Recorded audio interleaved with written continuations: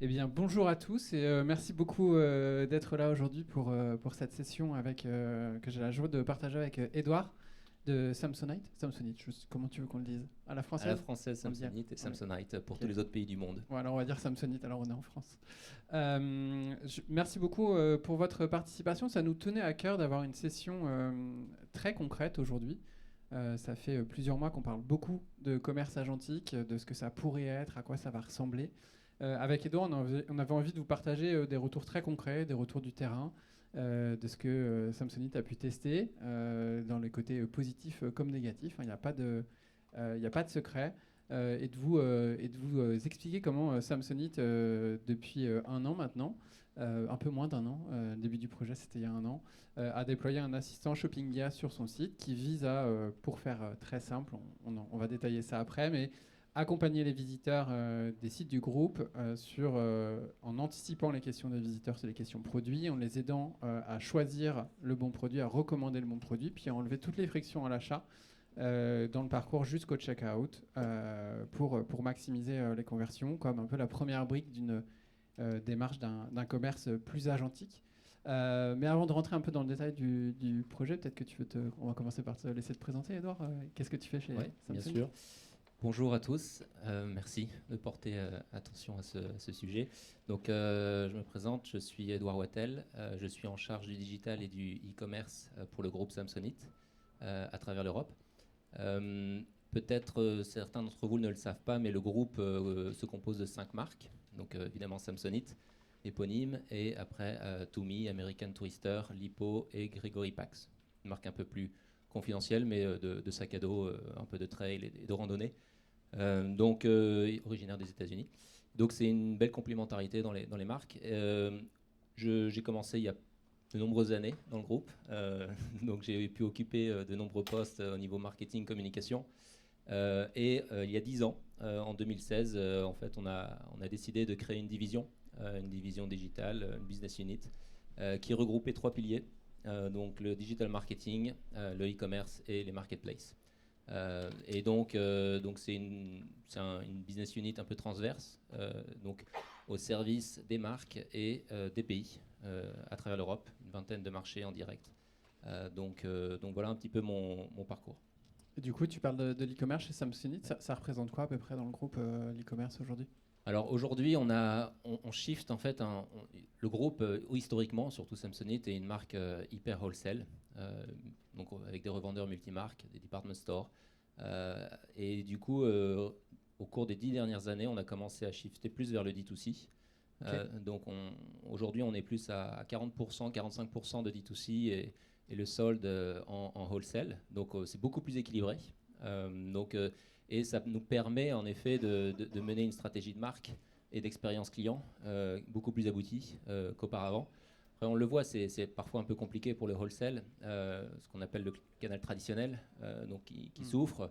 Il y a des passages de génération qui ne se font pas. C'est, on va dire, typiquement les maroquineries, bagageries, et de province ou même de ville. Et on voit que avec aussi l'essor du business online, e-commerce, ça a pas mal changé. Donc le e-commerce reste vraiment notre priorité en termes de canal. C'est celui qui croît le plus rapidement. Et on a eu un effet Covid, comme tout le monde, mais là, pour le coup, nous, donc dans l'univers du voyage, quand les vols sont arrêtés à 80%, nos ventes chutent de 80%, qu'on soit digital ou pas. Donc en fait, ça a été aussi un gros, un gros impact sur notre business 2020, plus ou moins cette même période, 17 mars. Ouais. Mais pour le coup, après, il y a le seul canal qui était quand même ouvert, c'était le digital, c'était le e-commerce, avec la restriction des points de vente physiques.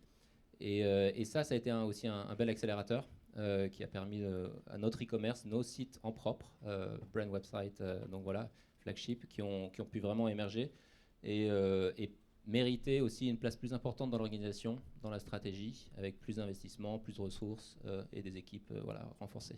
Bah, bravo pour le shift. C'était quand Ouais. même un sacré voyage. Oui, bah après, c'est vrai que c'est une société qui est historique, qui a plus de 115 ans d'existence, qui est arrivée en Europe dans les années 70-80. Et d'ailleurs, en fait, mon périmètre, c'est l'Europe, c'est ce que le site, le siège européen est basé en Belgique, près de l'usine. On produit encore énormément, voilà, plus de la moitié de nos valises rigides sont faites en Europe. Ça, c'est une grosse fierté, surtout à l'heure actuelle. Un gros centre de compétences, de recherche et développement. Et du coup, on a ce siège-là qui couvre toute l'Europe.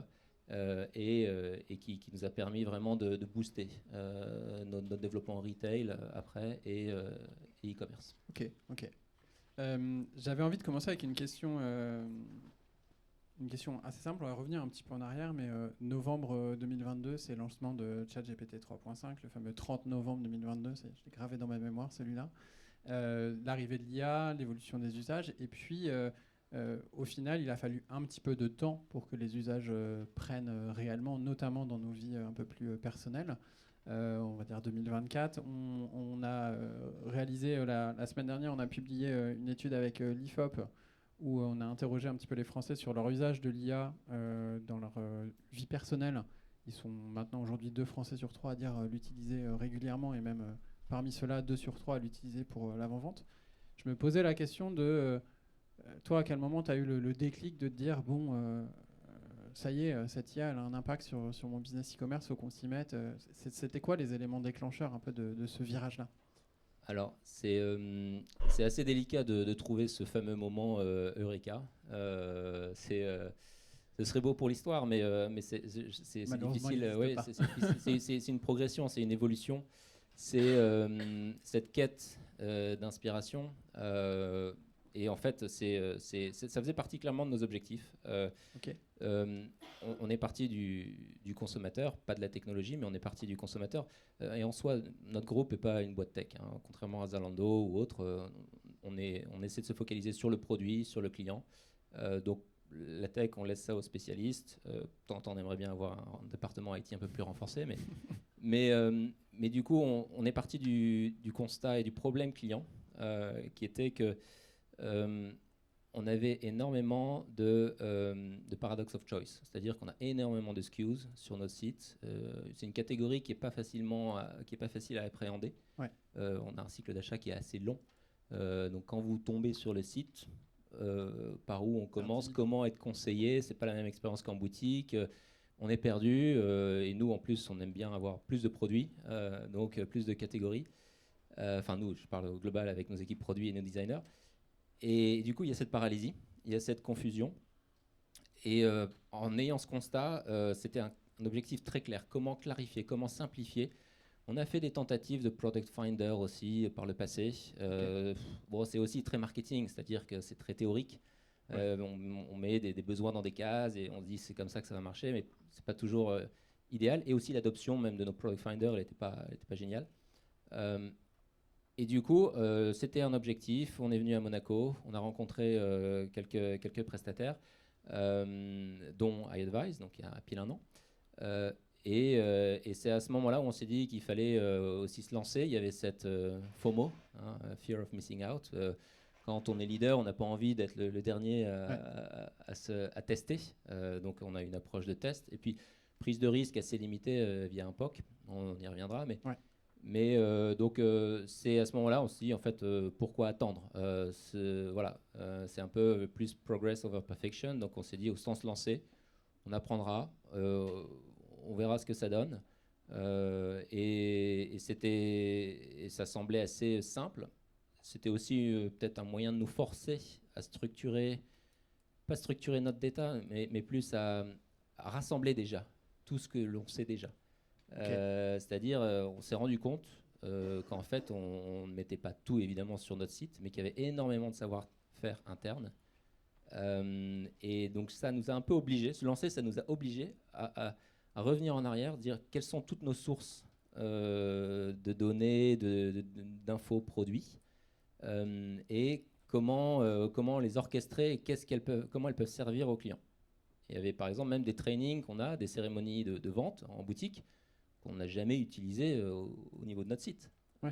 Alors que ça existe. Ça existe, ouais. Et, elles sont documentées. Ouais. Et quand on nourrit l'IA à ce niveau, et bien dans ce cas-là, ça va venir donner des conseils beaucoup plus similaires à cet objectif qui était optimiser le conseil à la vente, sur un site dans lequel on peut être perdu, avec un engagement un peu humain, similaire, casser la barrière digitale qu'on peut avoir sur nos sites et se rapprocher.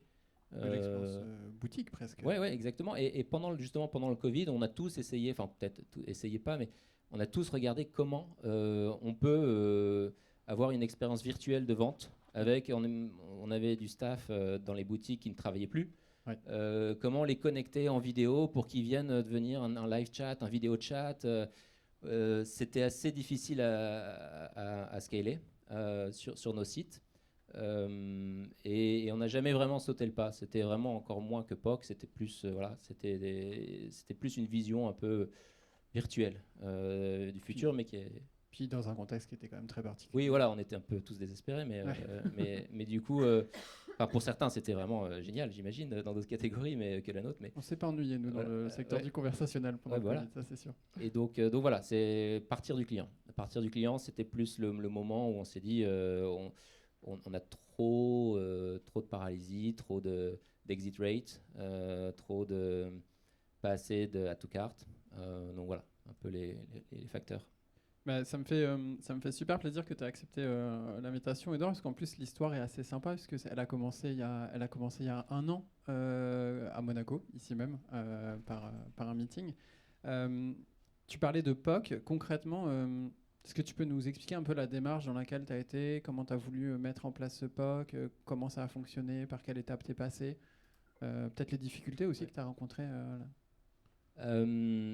déjà, ça réduit fortement la prise de risque, hein, évidemment, ou l'engagement, qu'il soit financier. Bon, il y a toujours une part d'effort. Hein, si ça marche pas, ça marche pas. Il faut accepter que les POC puissent se planter et de les fermer après. Et en fait, donc, on a défini un périmètre assez précis. On est parti d'un de nos sites clés, qui est le UK. Aussi pour la langue, hein, qui est plus facile pour toutes les équipes à contrôler, à gérer. La plupart de nos données aussi produits, elles sont faites en anglais, donc on a peut-être une richesse un peu plus forte là-dessus. Et du coup, on s'est aussi calé sur une période avec une demande client un peu plus forte, c'est-à-dire avant l'été. Sur notre catégorie, les valises et les sacs, c'est quand même une petite saisonnalité à ce niveau-là. Et aussi, c'était un souci d'aller plus vite. On s'est posé la question, ou l'IT m'a posé la question, pourquoi on ne peut pas le faire nous-mêmes, pourquoi ne pas aller pour une solution avec un prestataire un peu plus international, avec tout le respect que j'ai pour iAdvise, mais c'est les questions légitimes qui ont été posées. Mais c'était plus le souci de vitesse, d'aller vite, d'aller rapidement. D'être le premier même au niveau global. Ça, c'est toujours intéressant au niveau de nos pairs dans chaque région. On est structuré vraiment par région, il n'y a pas de siège global. Donc vis-à-vis des US, vis-à-vis de l'Asie, de dire que oui, en Europe, on peut innover malgré la réglementation. Et du coup, c'est ce POC qui vraiment qui a été lancé assez rapidement. On a, je dirais, en 2 phases dans le POC. La première, on se pose rapidement des questions en disant la qualité des réponses, c'est pas encore ça. Donc la phase 1, elle nous a mis des doutes, très honnêtement. Mais rapidement, avec le support, on a pu débugger et on a pu vraiment améliorer la qualité des réponses. Donc ça, c'était la donnée qui a posé beaucoup de ouais, soucis, c'était ce qu'on renseignait. Il y a des petites choses. Les valises cabine, notamment, c'est un sujet. Vous êtes tous venus en avion avec votre valise cabine. Est-ce qu'elle est passée, si vous l'aviez payée ou pas et du coup, grosse frustration, grosse angoisse. Et là aussi, il y avait pas mal de règles à mettre dans l'agent conversationnel.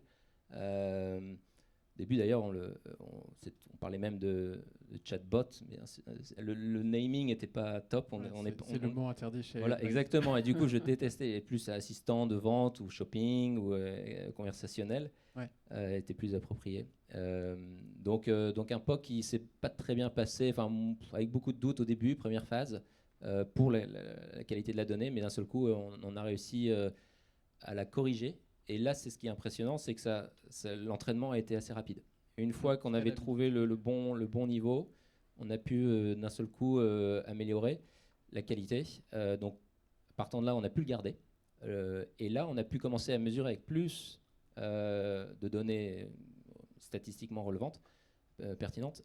On a pu vraiment se dire comment on va mesurer maintenant l'incrémental ou l'uplift en taux de conversion, tous ces KPI un peu plus financiers après avoir fait la validation de la qualité des réponses. Ouais. On reviendra sur les résultats du POC juste après. Tu mentionnais, tu parlais de l'équipe IT. C'est jamais facile de déployer un projet comme ça en Europe, dans un groupe, sur 5 pays, 5 marques, avec cette ambition-là. Ça a été quoi les gros freins et les gros enjeux que tu as eu en interne? Alors, c'est-à-dire, en fait, on a malgré tout une culture qui est assez entrepreneuriale dans le groupe, qui est un groupe d'origine anglo-saxonne. Et tout en étant legally compliant, on va revenir là-dessus, on préfère... si on demande trop d'aval et de validation, on n'y arrive jamais. Du coup, au bout d'un moment, il faut se lancer. Il ne faut pas demander à l'IT le budget, il faut le prendre sur son budget, il faut démarrer. Voilà, c'est pas une question de cacher le projet, mais pas avoir quelque chose de trop bureaucratique et d'essayer d'inclure trop de personnes. C'est l'avantage de ce genre de solution SaaS aussi, où on n'a pas besoin d'avoir une armée autour de la décision. Et du coup, oui, avec l'IT, je les ai pas vraiment impliqués, pour être très franc. Ils ont des sujets plus back-end, plus SAP et autres. Et du coup, j'ai pas trouvé ça nécessaire. Par contre, le légal, évidemment, très important. Et ce qui nous a vraiment aidé sur le POC et la suite, c'est-à-dire qu'on a pris la facilité, on a mis donc l'agent conversationnel, on l'a mis sous le couvert du marketing consent. Donc en fait, il y a un désavantage, c'est que ceux qui n'acceptent pas les cookies, ils n'ont pas la solution. C'est pas hyper démocratique ou même sympa pour eux parce qu'ils passent à côté de quelque chose. Et ils ne le savent pas forcément, parce qu'ils vont plus voir le consent, c'est pour le CRM, c'est pour retargeting, etc. On pourrait essayer de changer le texte, mais là aussi, on ne peut pas écrire trop.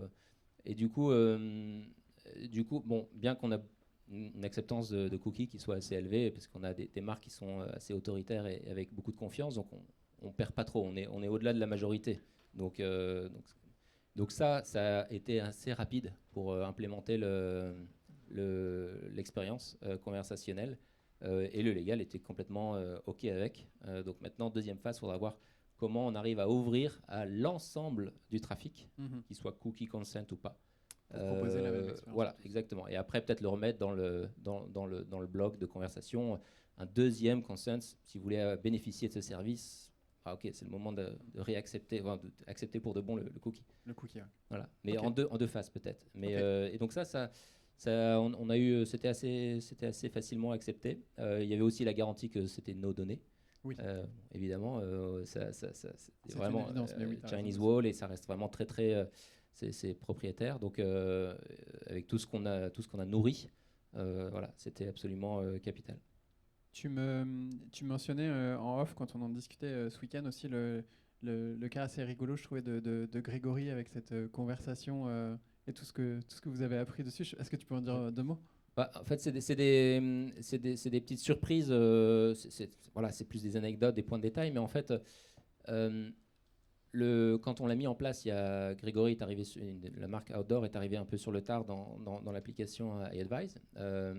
Il a fallu l'entraîner peut-être un peu plus. C'est des produits qui sont hyper techniques. Et au-delà du suivi du projet, en fait, on s'est rendu compte que, la manager en charge du site s'est rendu compte qu'en analysant les réponses, les questions, qu'il y avait un souci de prix. Il y avait un souci de prix, il y avait un produit qui n'était pas du tout au bon prix, et les personnes posaient des questions. D'ailleurs, non, d'abord, il ne devait pas être lancé. Donc il était lancé avant même que... voilà, donc ça arrive. Au niveau du catalogue, voilà, il y a des produits qui sont lancés. Et deuxième, il y avait un petit souci de prix parce qu'on avait fait un set avec un bundle, et donc ça ne matchait pas vraiment. Et donc ça a été un outil presque de debugging, plus comme voice of the customer. Et donc là aussi, je pense que c'est un bon moyen d'écoute. Parce que là, c'est pas un sondage, c'est pas un survey, il y a zéro filtre. Les gens posent des questions Voilà. Bien sûr, on en prompte. Vous avez vu dans les démos, je sais pas. Oui, j'en ai affiché. Il y a 3-4 questions qui orientent sur la PDP ou sur les PLP. Oui, du coup, c'est vraiment le langage commun et familier. Et là, il y avait ce genre de petites frictions qui ont été débuggées. À l'avenir, je pense que ça deviendra vraiment encore plus. Faut trouver un moyen de le connecter encore plus avec Voice of the Customer. On a Pour aussi, exploiter toute cette voilà, donnée, et on a comprendre. aussi d'ailleurs post-expérience, on a aussi un petit survey pour la Customer Satisfaction. Et donc là aussi, qui nous a permis de valider la qualité des réponses et l'expérience client. Mais c'est un cas assez fréquent. Nous, en général, dans les 48 premières heures, on se rend compte que en fait, les marques anticipent des questions des visiteurs qui ne sont pas du tout celles qui arrivent. Et du coup, il y a toujours un petit moment de rattrapage des bases de connaissances et des informations produits pour compenser. Je te propose qu'on réponde à cette fameuse question qu'on a mis en thème du sujet, qui était est-ce que du coup l'IA vend mieux sur ton site e-commerce? Est-ce que tu peux nous parler un peu des résultats de ce POC? Qu'est-ce qui a amené après cette phase de l'été quelle lecture t'en as eu? J'affiche rapidement les résultats là, mais quelle lecture toi tu en as? Tout d'abord, il y avait en effet la première étape, validation de la qualité. Donc là aussi, avec nos équipes et puis avec le petit sondage post-conversation qui nous montrait que voilà, c'était OK. On pouvait le scaler. Il y avait après, évidemment, l'engagement sur le site. Donc, bon, apparemment, donc déjà en mobile, on est un peu supérieur au desktop. Et on est un peu supérieur à vos benchmarks, ce qui fait toujours plaisir. Mais bon, ça reste une petite proportion. On reste sur un petit pourcentage. Après, ce petit pourcentage, il est entre 5 à 10 fois supérieur en termes de conversion. Et avec une valeur d'achat de panier qui est aussi en général supérieure. Bon, après, moi le premier, on a tous cette question, l'œuf ou la poule. Ils étaient déjà prédisposés à de toute façon acheter quand ils ont engagé, de la même manière que s'ils regardent une vidéo, ils étaient déjà prédisposés, de la même manière que s'ils regardent des avis, ils étaient déjà prédisposés. Le biais d'engagement. Et du coup, si je cumule tous ces revenus attribués, j'ai un bel uplift qui malheureusement n'est pas le cas dans les ventes. Donc, après, de toute façon, on regarde ensemble. Quand on arrive à la conversion et à la valeur retenue, on a une certaine valeur et j'aime bien la diviser par X pour essayer de me dire est-ce que ça reste supérieur à mon coût d'investissement déjà pour le PNL.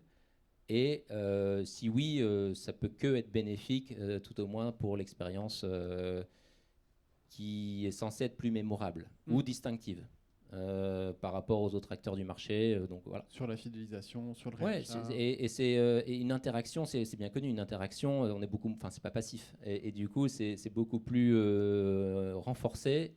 Et que ce soit omnicanal, ça peut avoir un effet sur les ventes en boutique ou sur parce qu'il y a quand même beaucoup, il ne faut pas se leurrer, il y en a quand même beaucoup qui vont continuer à aller en boutique pour toucher le produit.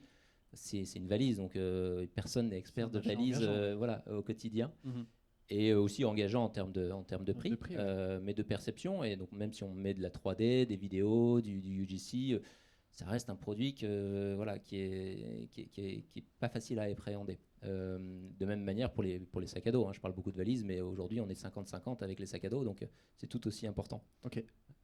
Donc tu le disais en fait aussi ce qui a déclenché, tu me disais cette phrase qui m'a beaucoup fait sourire, si j'additionnais tous les ROI de mes prestataires, je serais millionnaire. On est passé aussi par une phase d'A/B test pour essayer au maximum rationaliser ça. C'est ce qui a déclenché après pour toi la suite, c'est ce qui a un peu fait la différence ou Oui, si. Après c'est un mix, c'est un ensemble. Il faut avoir une expérience, la bonne qualité, le bon support. Si on veut faire des changements, qu'est-ce qu'on peut customiser, qu'est-ce qu'on peut ajuster. Donc ça aussi, on a bénéficié d'une belle réactivité pour mettre tous nos changements et avoir quelque chose qui nous est propre. Et ensuite, oui, tout le ROI globalement, tout indiqué pour qu'il soit positif. Même si j'aurai toujours, et je continuerai à le challenger de façon permanente, et parce que notre OPEX, il n'est pas infini, donc il faut faire des choix. Mais celui-là, en tout cas, il répondait encore une fois à cet objectif primaire de conseiller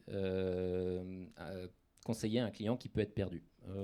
Donc, bien sûr, on le met en PDP. Et si on veut encore plus le guider en amont dans le parcours, il faut le ramener près de la barre search. Là aussi, par où il démarre, à part mettre des noms de collection dans notre barre search, il faut déjà qu'il connaisse le nom de la collection. Ouais. Donc ça, le mettre un peu en amont dans des pages de campagne, dans des PLP, dans la barre search. Donc ça, c'est ton ambition quand on se reparle dans un an, si on revient à Monaco, ton objectif, c'est d'aller de plus en plus tôt tester différents touchpoints, sortir du conseil produit. On est hyper produit, donc, et on n'est pas encore, on sait qu'il y a une intégration possible avec Service Cloud, qui est notre ticketing system de Customer Care. Donc ça aussi, on sait que c'est possible. Et on voit qu'énormément, il y a tout de suite eu rapidement des questions sur la garantie, sur les pièces détachées. On a beaucoup de réparabilité dans nos produits. Les gens reviennent sur la fiche produit pour poser leurs questions. Exactement. Bon, après, c'est à nous de travailler un peu mieux en amont sur Google et comment on est référencé. On a des sites spécialisés de réparation. Mais qu'on va intégrer de plus en plus sur notre site. Et du coup, c'est logique qu'ils viennent sur le produit. J'ai découvert ce produit où j'ai repris le code, je le tape sur le Google, je tombe sur votre site, page produit. C'est là où je vais demander où est-ce que je peux acheter des pièces détachées. Et du coup, ça, on va essayer de trouver un moyen de lier avec notre service après-vente pour avoir une vision un peu plus globale et pas uniquement sur le produit qui est déjà très bien parce que c'est un produit technique, beaucoup d'infos fonctionnelles et avec des termes un peu polypropylène ou des termes un petit peu pas très sexy, bien sûr. mais et qui ont pour nous un sens, mais en fait pour le consommateur pas du tout. Donc ça a permis évangéliser, merci, sur le produit. Et après, vraiment la partie service. Comment on connecte la partie servicielle, et aussi au shipping carrier integration. Donc ça aussi, c'est pas encore le cas. Donc soit ils contactent notre customer care, soit ils vérifient avec UPS, ils devraient pouvoir aller dans ce même agent conversationnel, bien sûr. pour savoir quand est-ce que leur commande arrive. J'ai hâte qu'on fasse ça ensemble, parce que c'est des choses en effet qu'on fait avec d'autres clients, et il y a des très belles histoires aussi à raconter là-dessus. Vous en êtes où aujourd'hui, du coup, après Spock, sur la suite du projet? Aujourd'hui, live, on a plus ou moins 12 sites qui sont lancés, 5 marques et quelques pays. Et on prévoit de doubler, donc avant l'été, de passer à 13. Enfin, de 13 de plus, donc on sera à 25 sur la centaine de sites. Après, il y a un élément, votre business model, il est sur le nombre de conversations.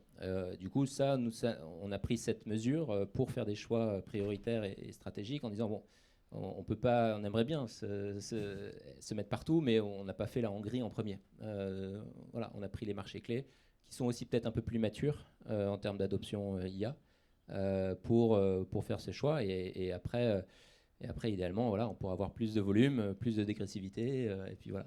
Et on pourra s'occuper de la Hongrie quand même un jour. J'espère pour eux. Super. Si on parlait un peu de l'an prochain où tu voyais ça, mais là on est très concret sur cet assistant shopping IA qui est un peu ta première brique de cette vision un peu nouvelle en fait d'un site web plus conversationnel, plus interactif. Mais tu l'imagines comment? Tu projettes comment à 2-3 ans l'expérience? Est-ce qu'il y a t'as d'autres priorités, d'autres leviers que tu veux travailler? C'est cette intégration que tu veux pousser, comment tu perçois la suite? En fait, ta question... beaucoup de questions. Mais elle me rappelle surtout une précédente qui était, est-ce que l'IA vend mieux que le site e-commerce? Et en fait, je ne suis pas sûr qu'il faille vraiment opposer les deux, personnellement. Selon moi, ça reste un supercharge, un outil vraiment hyper puissant quand il est bien guidé, hyper spécialisé. Et malgré tout, j'estime qu'il faille garder une base solide sur le site. Les bases, les fondamentaux doivent rester solides sur le site e-commerce. On verra ensuite avec la partie un peu plus agentique dans un an ou deux. ce que ça donne. Mais je pense qu'on doit, nous, en tant que marque, peut-être pas, si j'étais une marketplace, je penserais différemment. Ok. Sans doute. Mais en tant que marque, on a cette nécessité de garder l'autorité sur l'expérience client, sur les infos qu'on met à disposition déjà de nos partenaires, ou enfin en tout cas en premier lieu sur notre site. Et du coup, je les opposerai pas forcément. C'est un booster. On doit garder une expérience différenciée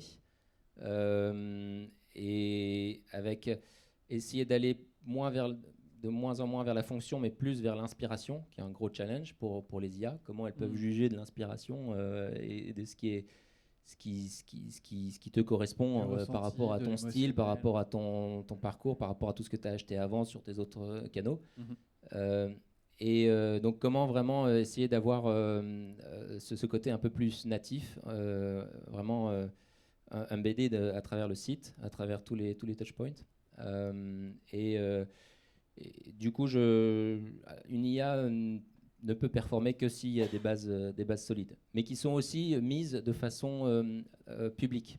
Je ne pense pas qu'il faille avoir une personnalisation vraiment poussée au max. Je ne suis pas sûr que ce soit bénéfique non plus. De temps en temps, on a besoin de moments collectifs. Ton ADN de marque on a besoin de repères, comme une boutique, comme un site. Je pense qu'on a besoin de mettre un cadre dans lequel on peut décider ou pas de proposer une personnalisation, qu'elle soit conversationnelle ou qu'elle soit marketing ou merchandising. Okay. Mais je pense vraiment que c'est important d'avoir un duel, enfin une combinaison stratégique et aussi, mais aussi automatisée et personnalisée. Mais la stratégie, elle viendra toujours de la marque et de l'intention qu'on veut donner au marché, de comment on veut se différencier. Sinon, on ne fait que suivre et tourner en rond et l'algorithme, ok, même Amazon est un de nos partenaires évidemment, mais pour eux, c'est très compliqué de lancer des nouveautés. Le ramp-up, il est hyper long parce que ils n'ont pas cette capacité à pousser des nouveaux produits comme nous on le fait, et quand on y croit, ça fonctionne en général parce qu'on a cette spécialisation et on essaie de driver le marché ou les attentes des consommateurs qui ne savent pas toujours ce qu'ils souhaitent, surtout dans notre catégorie. D'ailleurs, on le voit même avec Rufus, qui est un premier pas côté Amazon, mais qui reste encore aussi très cantonné à une approche de test petit à petit, alors qu'on parle quand même d'un leader, même d'un provider de LLM aujourd'hui, Amazon. Avant de vous laisser 10 minutes pour aussi poser vos questions, j'avais une dernière question un peu provoque que j'avais envie de te poser, parce qu'on a plusieurs personnes qui sont évidemment dans l'e-commerce et le digital dans cette pièce. Tu l'imagines comment ton métier évoluer dans 5 ans, du coup, avec tout ce qu'on vient de se dire est-ce que dans 5 ans, tu es encore VP digital et e-commerce ou ça aura beaucoup changé? Ça va certainement changer, ça c'est clair. Les outils qui seront à notre disposition, ils vont clairement évoluer. Après, je suis pas sûr de croire, c'est un titre de IA, VP IA ou VP ou AI Officer, je ne suis pas sûr. Après, clairement, il nous faut une évangélisation, cette fois-ci je l'ai bien dit, en interne pour éviter un gap entre différents départements, différents employés, générationnels ou pas, mais on est à ce moment où il y a tellement de choses qui se passent et c'est difficile de garder l'organisation dans le même mouvement. Donc il y a plus un sujet de comment embarquer toute l'organisation. Donc ça devient plus de la gouvernance. Surtout avec autant de marques, autant de et d'influence, même si ça me paraît un peu parfois diplomatique ou un peu futile et moins pragmatique. J'aime bien vraiment être dans le commerce et dans la réalité. Mais parfois, ça peut être nécessaire d'avoir toute cette phase d'acculturation, de training à tous les niveaux, dans tous les outils, de clienteling, de customer service, etc. Et sur le e-commerce en particulier, je pense que tant qu'on gardera en ligne de mire l'expérience et le client, après on peut donner n'importe quel nom, que ce soit e-commerce, expérience, IA, mais je pense que vraiment l'expérience doit prévaloir. Mais bon, toujours avec de la croissance, sinon ça marche pas. Mais du coup, c'est C'est continuer à se focaliser sur l'expérience et sur les besoins du client. Et pour pas trop sombrer dans un monde complètement automatisé et qui manque d'aspérité. Voilà. Oui. Et qui te fait perdre toute la puissance de ta marque. Oui, la marque, elle a une valeur. Sinon, ça devient de la commodité. Oui. Donc, on essaie de créer de la différence, de la value proposition qui nous permet d'investir en marketing, en tech et d'aller de l'avant. Mais sinon, on peut très bien faire de la pure commodité, mais c'est dommage. Oui. Merci beaucoup, Edouard, pour cette Merci. discussion. Est-ce que vous avez des questions pour Edouard ? On a 5 minutes devant nous. Ouais. Je sais pas, pour l'enregistrement, il y a peut-être besoin du micro. J'amène. Bonjour, merci pour la présentation. J'ai 2 questions. La première concerne la fenêtre conversationnelle. Vous avez parlé de ce mot qu'il ne fallait pas prononcer, le chatbot. En quoi il y a eu un avant, un après, parce que les chatbots existent depuis des années sur les sites de e-commerce. En quoi l'expérience est vraiment améliorée sur les sites avec l'IA générative, etc. Et la deuxième concerne le futur du site de e-commerce. Est-ce que demain, on peut imaginer une seule barre sur un site et ça sera l'entrée, ça sera comme ça que ça se passera avec toute une conversation ça se passe pas par une fenêtre, mais autrement niveau expérience. Merci. Tu veux commencer Ouais, je peux. Dans notre cas, on n'avait pas réellement, avant iAdvice, on n'avait pas réellement de chatbot ou peut-être on avait un live chat quand l'agent humain était disponible, mais il n'y avait pas vraiment ce service, donc ça a été un jump assez immédiat. Mais c'est plus, pour moi, ce qui a changé, c'était plus l'orchestration, la façon d'avoir une approche organisée. C'est-à-dire, voilà comment on va procéder, voilà ce qu'on va mettre dedans, voilà quels sont et revenir sur les prompts, qu'ils soient valides ou pas, par rapport à ce qui sont demandés. Donc, avoir vraiment un cadre, alors que le chatbot était un peu plus organique et il n'y avait pas vraiment de structure auparavant. Mais là, il y avait vraiment une approche beaucoup plus poussée où on s'est posé des vraies questions. On a commencé à vraiment rechercher toutes les infos qu'on avait en interne, qui étaient publiques ou pas, lesquelles étaient confidentielles ou pas. Et donc, je pense que c'est ça vraiment qui a changé dans la mise en direct de l'agent conversationnel.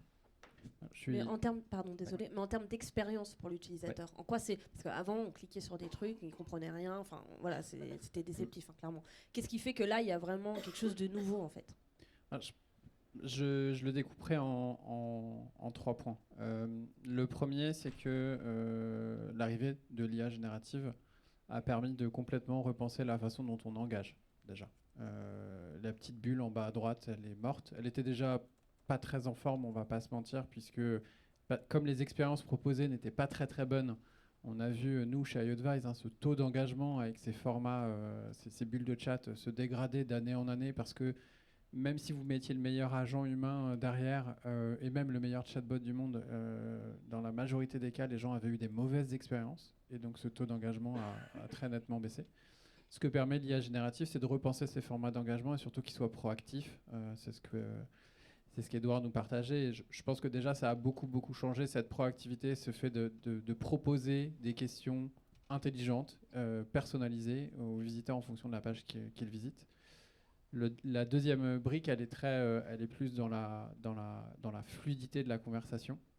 Les LLM ont permis de proposer du langage natif, des discussions beaucoup plus fluides, beaucoup moins scriptées, comme vous le disiez. Il n'y a plus d'arbre de décision, on peut poser la question comme on veut. Bref, ça ressemble beaucoup plus à une conversation et pas comme un appel téléphonique, taper 1, taper 2, taper 3. Donc ça amène une fluidité évidente. Et puis, je pense que le troisième point qui n'est pas négligeable, c'est le temps de setup au final pour arriver à une bonne expérience. Edouard le disait, ce qui est intéressant, c'est la scalabilité. À l'époque, même un modèle NLU, NLP d'un chatbot demandait des jours et des jours de détection des intentions, d'entraînement du modèle permanent pour comprendre que oui, ce visiteur, il demande bien à suivre son colis et pas à le renvoyer, ce genre de choses. Et en fait, les assistants shopping IA amènent aussi cette rapidité de mise en place et donc une expérience de qualité qu'on peut rendre scalable. Ce qu'on avait avec les agents humains, on avait la qualité, mais pas la scalabilité. Avec les chatbots ancienne génération, oui, on pouvait scale, mais pas forcément des très bonnes expériences. Là, on a enfin les deux mondes qui se rejoignent. Donc, pour moi, c'est vraiment ces 3 points-là qui changent drastiquement. Et pour votre deuxième question sur l'avenir du site e-commerce, alors j'ai pas de boule de cristal. J'aimerais bien, ce serait beaucoup plus simple. Mais on voit quand même que les utilisateurs, nous les premiers, on commence à prendre l'habitude de parler en langage naturel, d'utiliser ChatGPT, Claude, Gemini, vous choisissez votre préféré, mais de l'utiliser dans nos vies quotidiennes et revenir sur un site e-commerce et repenser à taper des mots-clés pour trouver le bon produit. Je pense que ça, dans 1 ou 2 ans, ça va aller très très vite. On va vouloir répliquer ces expériences-là sur les sites e-commerce, ça c'est une évidence. Après, il y a des expériences qui ont été faites très récemment, le nom du site m'échappe, avec des tentatives de sites web où il n'y a plus de menu, il n'y a plus de barre de recherche, il n'y a plus qu'une barre de prompting. C'est très intéressant. Je pense que c'est un peu trop futuriste parce que le consommateur s'y perd. Aujourd'hui, on a quand même des habitudes de navigation sur un site e-commerce qui font que il y a des étapes à suivre qui nous rassurent aussi, nous, en tant que consommateurs. Mais je pense que progressivement, on va arriver à des expériences de plus en plus fluides, plus pensées, comme le disait Edouard, pour le consommateur et sa façon dont il a envie de l'utiliser, que vis-à-vis des contraintes techniques du site e-commerce. Je crois que c'était Brunello Cucinelli, je pense. Ouais, exactement, merci. Mais en effet, après, il y a peut-être des effets d'annonce, PR, ou aussi, encore une fois, de early adopter et de montrer que, comme on l'a eu peut-être avec certaines tentatives métaverses par le passé. Après, je pense que c'est une question de dosage et de part de voix. Bon, déjà, nos sites, voilà, c'est pas 100% du trafic qui passe par la case homepage. S'ils arrivent ceux qui arrivent sur la case homepage, après on verra, mais je pense qu'il faudra toujours avoir un équilibre entre les deux. Mais le laisser complètement livré à eux-mêmes dans une catégorie, encore une fois, qui est pas évidente, c'est notre rôle de poser les bonnes questions et aussi de créer une architecture, une catégorisation qui reste quand même un repère et plus facile à appréhender, je pense, quand ils reviennent, ils retrouvent même si le site changeait de façon personnalisée à chaque expérience, ça deviendrait un enfer. Donc je pense qu'il faut garder certains codes et certains repères, mais avec une plus grande part de cette fameuse barre de recherche qui sera beaucoup plus immersive et spontanée. Oui.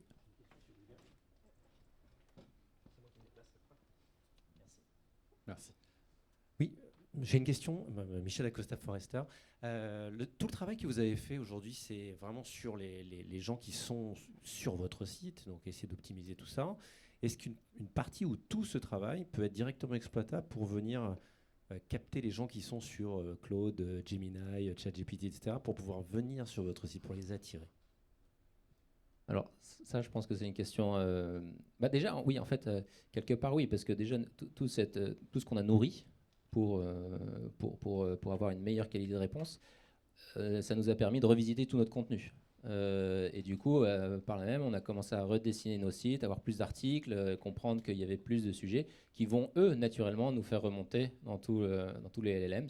Et donc, on est tous occupés à trouver le bon outil qui va nous permettre de traquer notre ranking et notre position. Mais oui, en fait, pas directement, mais indirectement, nos sites sont beaucoup plus enrichis. Mais il y a peut-être toujours une petite partie qu'on ne va pas complètement mettre à disposition. C'est comme le savoir-faire d'une personne en boutique. Mais en tout cas, je pense que c'est un double bénéfice. Pour l'instant, vous ne l'avez pas encore mesuré. Non, pas vraiment. Enfin, je sais pas si. Non, c'est un levier important pour certains de nos clients. Je pense notamment à Nature et Découverte qui nous a dit, en fait, ça nous permet de tester et de comprendre ce que nos clients et nos prospects recherchent. Et donc, ça nous permet de nous positionner sur les bons termes aussi en fameux GEO et tout ce qui se passe sur les moteurs. Aujourd'hui, on parle beaucoup de POC sur le commerce agentique et la volonté qu'il y ait des résultats concrets. J'avais cette même personne qui me disait avec beaucoup d'humour, aujourd'hui j'ai encore 100% de mes ventes qui se font sur mon site web. Donc le vrai focus, la vraie volonté, c'est de comprendre dans un premier temps, et c'est souvent ce qu'on conseille, de comprendre ce qui se passe sur le site. avec des effets de halo. Ça reste encore assez mystique, hein, le monde du GEO. Ça me fait penser un peu au début du SEO. On écrivait des mots blancs sur fond blanc pour essayer d'optimiser ce que ça va donner. Je pense que ça ne va pas durer éternellement, mais que la priorité des priorités, c'est déjà de maîtriser les fondamentaux dont parlait Edouard, et à commencer par sa donnée produit technique, mais aussi expérientielle et émotionnelle pour nourrir ces modèles-là. Oui, on a le temps pour une dernière question, ouais. On va prendre le temps. Bonjour, merci. Deux questions. La première, c'est on sait que l'IA peut commettre des erreurs. On le voit écrit partout avant d'appuyer sur OK. Est-ce que vous avez mesuré le taux de retour des commandes qui ont été passées via ce service? Et est-ce qu'il est identique aux commandes qui passent par votre cheminement normal? Alors c'est en cours. J'ai posé exactement cette même question, à la fois pour ceux qui interagissent avec notre outil de 3D, visualisation 3D, parce qu'il y a aussi, est-ce qu'on met les photos en premier ou la 3D en premier, et du coup, et après, quel est le taux de retour, parce qu'on pourrait supposer que la 3D permet une meilleure compréhension des produits. La même chose pour ceux qui ont interagi avec la conversation. Et donc on n'a pas encore de données. Après moi, ce que j'ai déjà, on traque notre return rate tout le temps, et il n'y a pas eu de jump majeur, donc ça devrait être bon, mais on va quand même le valider avec tous ceux qui sont passés par la conversation. Okay. On a un client qui essaye de le mesurer aussi, plutôt avec la conviction que ça le fait baisser à la lecture des conversations, et quand on voit comment des questions évitent des erreurs sur des produits.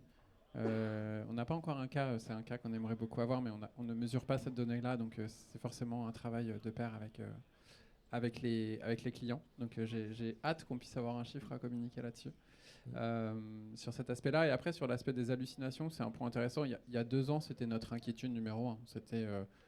D'ailleurs, on avait, dans les modèles architecturaux derrière l'exploitation de LLM, complètement verrouillé pour éviter tout risque d'hallucination, avec un deuxième LLM as a judge qui vérifiait que le premier LLM avait bien répondu, parce que c'était le risque numéro 1.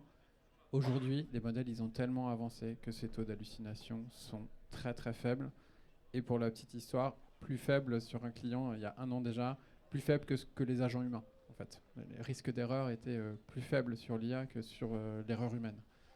On est toujours très exigeant avec l'IA, on en oublie parfois un petit peu l'erreur humaine aussi, mais donc ce risque d'hallucination, il a quand même fondu comme neige au soleil au cours des 2 dernières années. Ok, merci. Après, désolé si vous avez déjà abordé le sujet parce que je suis arrivé en cours de route, mais pour avoir une idée du niveau d'adoption, au moins en France, est-ce que vous avez en tête la proportion des commandes qui ont été faites via cet outil? Je ne sais pas si vous communiquez dessus d'ailleurs, mais...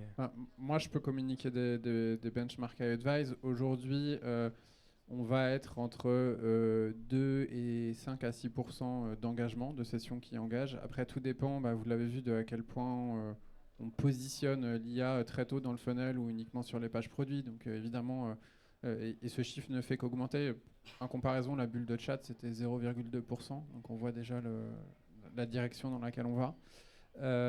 Donc ça, c'est sur l'adoption. Sur le chiffre d'affaires, ça varie. On a publiquement un 6 ou 7% du chiffre d'affaires qui est influencé chez Kendra Scott aux États-Unis. On monte jusqu'à 20% sur certains sites du chiffre d'affaires qui est, je veux dire, influencé, parce que là, on n'est pas dans des logiques d'AB test, mais influencé, c'est-à-dire qui a lieu après une conversation.